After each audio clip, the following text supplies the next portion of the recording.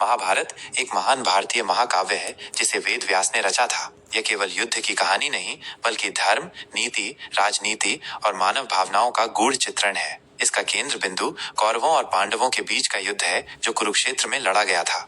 महाभारत की पृष्ठभूमि। हस्तिनापुर के राजा शांतनु के पुत्र भीष्म ने पिता के प्रेम के लिए आजीवन ब्रह्मचर्य का व्रत लिया। बाद में राजा के दो पुत्र धृतराष्ट्र अंधे और पांडु हुए। धृतराष्ट्र को अंधा होने के कारण राजा नहीं बनाया गया और पांडु को गद्दी मिली। पांडु के 5 पुत्र युधिष्ठिर, भीम, अर्जुन, नकुल और सहदेव हुए जिन्हें पांडव कहा गया। वहीं धृतराष्ट्र के 100 पुत्र कौरव कहलाए जिनमें सबसे बड़ा दुर्योधन था। पांडवों का वनवास।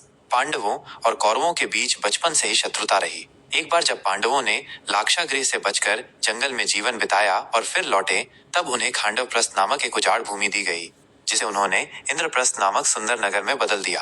दुर्योधन को पांडवों की बढ़ती शक्ति से ईर्ष्या हुई। उसने चतुर शकुनी के साथ मिलकर जुए का षड्यंत्र रचा। युधिष्ठिर जुए में सब कुछ हार गए, अपना राज्य, भाई और पत्नी द्रौपदी तक। द्रौपदी का चीरहरण हुआ, लेकिन श्री कृष्ण ने उसकी लाज बचाई। अंततः पांडवों को 13 वर्षों का वनवास और 1 वर्ष का अज्ञातवास मिला।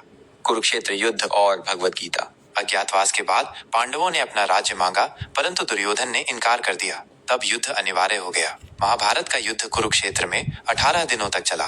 पांडवों की ओर से श्री कृष्ण ने अर्जुन के सारथी के रूप में साथ दिया। युद्ध के प्रारंभ में अर्जुन ने युद्ध से मोह छोड़ना चाहा, तब श्री कृष्ण ने उसे भगवत गीता का उपदेश दिया, जिसमें उन्होंने धर्म, कर्म और मोक्ष का रहस्य बताया। युद्ध में भीष्म, द्रोणाचार्य, कर्ण, अभिमन्यु, घटोत्कच जैसे महायोद्धा मारे गए। अंत में पांडवों की विजय हुई। युधिष्ठिर को राजगद्दी मिली, परंतु वह युद्ध की विभीषिका से व्यथित रहे।